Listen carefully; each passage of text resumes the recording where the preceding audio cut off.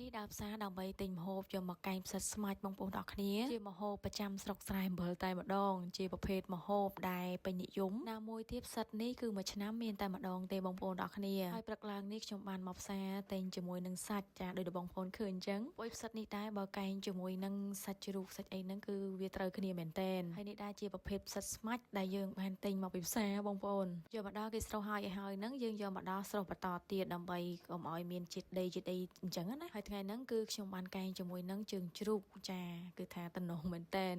ហើយផ្សិតរបស់យើងនេះក៏ល្អដែរបងប្អូនឡើងសក្បោះហ្មងណាហើយយើងយកមកនេះក៏លាងទឹកវាជំរះ 4-5 ទឹកទៀតដើម្បីឲ្យអស់ដីហើយសាច់របស់ខ្ញុំនេះគឺមានជើងជ្រូកហើយនឹងសាច់3ជាន់ថែមទៀតមុខម្ហូបនេះដែរគឺគ្រួសារខ្ញុំគឺចូលចិត្តមែនតែនចាធ្វើឲ្យគាត់ហូបរាល់ថ្ងៃក៏គាត់មិនធុញដែរធ្វើដបងគឺអត់ចេះហូបទេបងប្អូនតែដល់ពេលយូរទៅធ្វើឆ្ងាញ់ចាគឺគាត់ឲ្យធ្វើសឹងរាល់ពេលហ្មងឲ្យតែដល់ទៅដោយបងប្អូនឃើញអញ្ចឹងគឺយើងមុននឹងធ្វើហ្នឹងយើងលីងគ្រឿងលីងអីឲ្យឈ្ងុយអញ្ចឹងណាហើយខ្ញុំធ្វើនេះអត់បានបរៀនបងប្អូនពីលំអិតក្នុងការធ្វើម្ហូបទេការធ្វើម្ហូបនេះដែរគឺថាលក្ខណៈថាខុសគ្នាតិចតាមតំបន់អញ្ចឹងណាសម្រាប់បងប្អូនដែលចូលចិត្តមុខម្ហូបកែងផ្សិតស្មាច់នេះកុំភ្លេចខមមិននៅក្រោមវីដេអូខ្ញុំម្នាក់មួយផងហើយផ្សិតស្មាច់នេះមែនតែនទៅគឺវាមានជាតិល្វីងតែដល់ពេលយើងស្រុះវារៀងយូរម៉ោងទៅវាអត់មានជាតិល្វីងទេពេលដែលយើងហូបហ្នឹងទៅក៏វាអត់មានជាតិល្វីងដែរគ្រាន់តែថាដល់ពេលយើងហូបហើយយើងហូបទឹកវាមានជាតិហាងតិចឥឡូវនេះគឺម៉ែខ្ញុំចេញមកពីធ្វើការហើយម្ហូបរបស់យើងហ្នឹងក៏រៀងចិត្តឆ្អិនបដាដែរ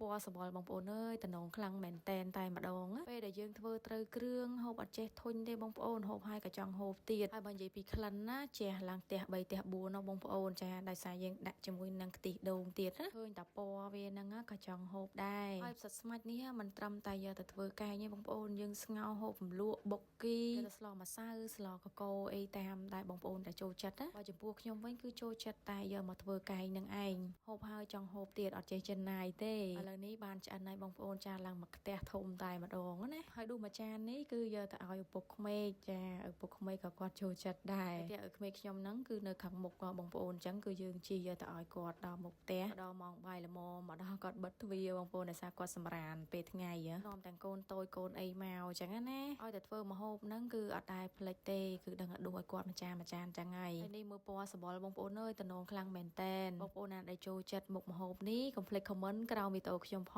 ងឥឡូវនេះក៏ដល់ម៉ោងបាយល្មមតើបងប្អូនមកហូបបាយជាមួយខ្ញុំទាំងអស់គ្នាសម្រាប់បងប្អូនដែលចូលចិត្តកុំភ្លេច follow page ខ្ញុំម្នាក់មួយផងអរគុណបាយបាយ